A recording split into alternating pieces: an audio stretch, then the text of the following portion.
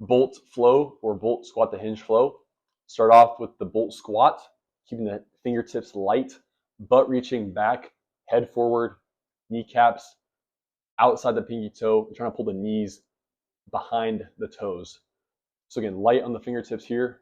We're holding here and then reaching up that butt to the sky as we turn our kneecaps in and as we keep this inside ankle bone high.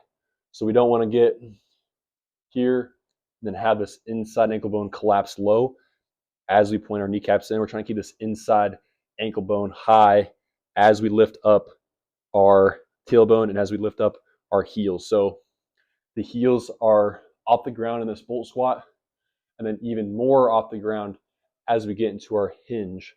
Eyes look out in front, low back relatively flat, kneecaps point in, heels don't point entirely away, but you can have them point away a little bit. We just don't want to get up here and have the kneecaps or have the heels all the way out. Trying to keep the feet relatively straight as we get into our hinge and as we go down into our bolt squat.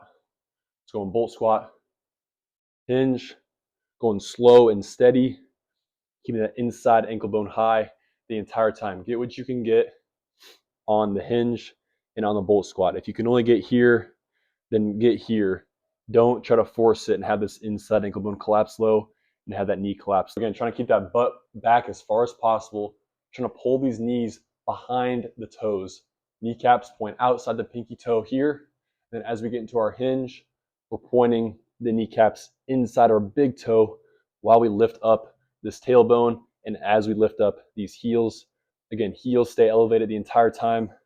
They're just more elevated on the hinge. Again, fingertips light the entire time. We don't want to get heavy on this hand and dump our weight forward. Trying to keep the weight back without touching our heels. Again, bolt, squat, and then go into our hinge here. This can be small reps here or large reps, getting butt to heels almost, and then going all the way up into our hinge. You can see my back is a little bit rounded. You can add some hand elevation to this or put your hands on a wall to kind of lessen the degree of this hinge. Getting butt back the entire time, keeping that outside edge pressure as we squat and hinge.